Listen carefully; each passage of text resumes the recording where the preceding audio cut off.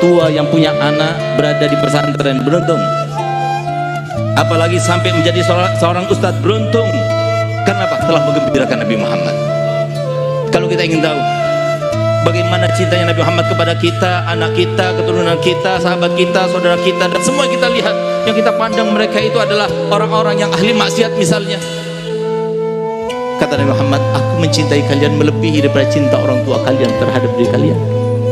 Nabi Muhammad tidak asal berbicara, tapi Nabi Muhammad berbicara sekaligus memberikan bukti. Di antara buktinya adalah beliau katakan dalam hadis tersebut, wallahi law yushaku ahadukum bi syaukatin fi rijlihi la ajidu alamaha fi qalbi.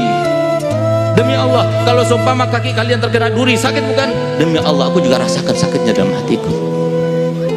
Saya masih teringat bagaimana saya punya Abah Habib Hasan Baharun rahimahullah rahmatullah, beliau berkata, beruntung para wali santri yang memasukkan anak-anaknya ke dalam pondok-pondok pesantren, madrasah-madrasah diniyah.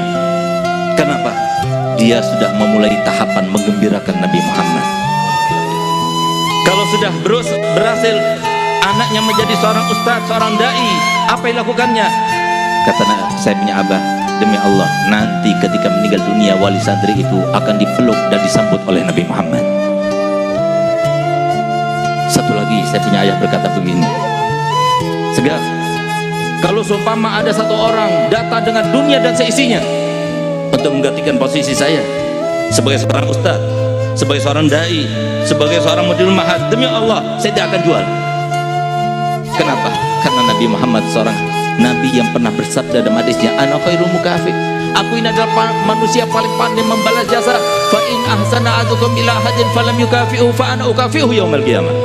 Seandainya ada di antara kalian berbuat baik kepada orang lain, lalu dia tidak mendapatkan balasan daripada orang tersebut, jangan khawatir, aku yang membalasnya untuk kalian. Apalagi Abi lakukan ini semuanya untuk Nabi Muhammad, memberikan petunjuk kepada umatnya Nabi Muhammad. Sehingga ada seorang arif billah di akhir zaman ini, beliau berkata, beruntung kepada kita, sebagaimana tadi saya katakan oleh Allah hadda, bahwa setiap orang punya modal, paling tidak dengan niatnya. Oleh karenanya yang menjadi pengusaha, carilah uang untuk Rasulullah. Yang jadi pejabat, gunakan jabatannya. Setiap hari keluar dari rumahnya, saya akan gunakan jabatan ini untuk mengayomi umatnya Nabi Muhammad. Yang tak punya apa-apa, gunakan kesempatan untuk berdoa supaya mendoakan umatnya Nabi Muhammad. Dengan cara seperti itu, setiap hari Kamis semua apa yang kita lakukan disodorkan pada Muhammad, sehingga Nabi Muhammad akan membalasnya secepat mungkin. Sehingga apa? Saya punya ayah berkata, kalau seumpama Nabi Muhammad berkata begini kepada orang lain yang berbuat baik kepada orang lain lalu tidak mendapatkan balasan, maka bagaimana dengan kita yang berbuat untuk Nabi Muhammad? Paling sedikit yang didapatkan oleh para ulama, para asatidzah, para donatur-donatur yang menanggung, yang membantu para pesantren-pesantren dan majelis taklim, madrasah-madrasah diniyah, paling sedikit ketika mereka meninggal dunia, Rasulullah hadir bersama mereka. Ini yang kita inginkan.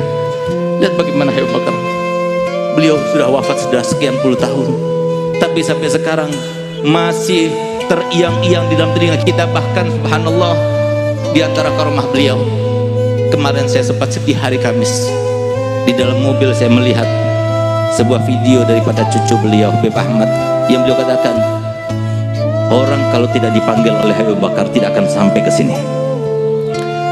Orang kalau tidak dipanggil oleh Abu Bakar tidak akan hadir dalam haulnya. Alhamdulillah kita termasuk dipanggil. Ya Allah, jadikanlah kami termasuk dengan mulia. Subhanallah, terlintas dalam hati saya, ya Allah, saya jarang ziarah kepada Habib Bakar.